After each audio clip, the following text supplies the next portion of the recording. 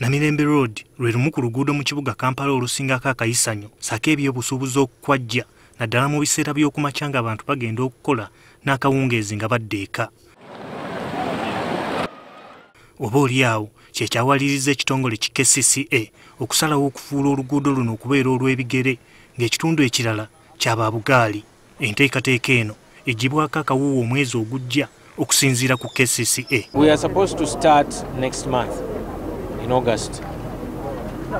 Part of it has limited car access and part of it does not have car access at all except at night. Musisi agamba kino kyakutumbula ebyobusuubuzi mu kitundu kino.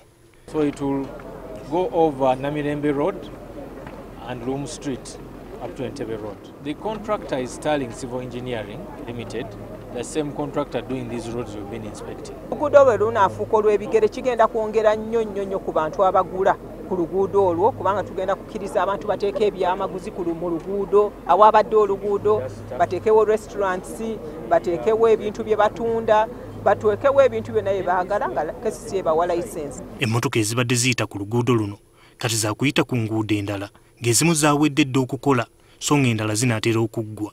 Naye nga kati gano amakubo ge tukoze gonna ag'ebbali emmotoka mwe zigenda okuyita ezandibadde ziyita ku Namirembe Road. Naye ng'abatambuddeko mu nsi endala mukiraba wabeerawo enguudo nga teziyita mu mmotoka nga za kushopinga bushopinzi bw'oyingiramu mumanya nti kushopinga na kwewummuzaako mu kibuga wakati. Musisi leero lwalambudde enguudo zino okulaba we zituuse. Kyokka wakyaliwo okusoomoozebwa mu by'ensimbi nga kino kye kikyalemesezza enguudo ezimu mu bitundu eby'enjawulo okuba nga zikolebwa. Waliwo okwagala obwagazi okukola naye nga tolina ssente. Mu ssente ze tulina mwe tusobola okukola enguudo. Kati nga bwe mulaba ennaku zino ssente zeesibyemu, bajeti zisaliddwa olw'ebirala gavumenti ndooza byeyagala okukola. N'olwekyo tetuyinza kukola byonna bye twagala okukola naye bye tusobola tubikola era projects zino ze mulabye ze tulambudde enguudo zonna tugenda zikola. Basajja abasite kanso bamusanga kulukusa ekigaali ekyo ne bakola ki?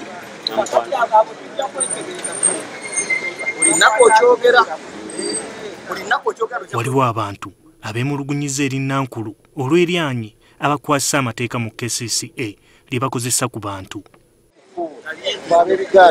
Naye maama badde nsaba maama puliza ekisembayo badde nsaba maama amaani sitekasa bikozesa.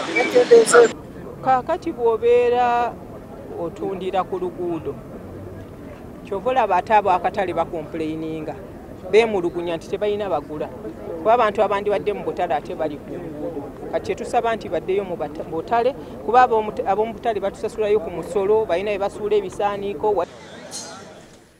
Gerard Lwima, NTV, akawungeezi.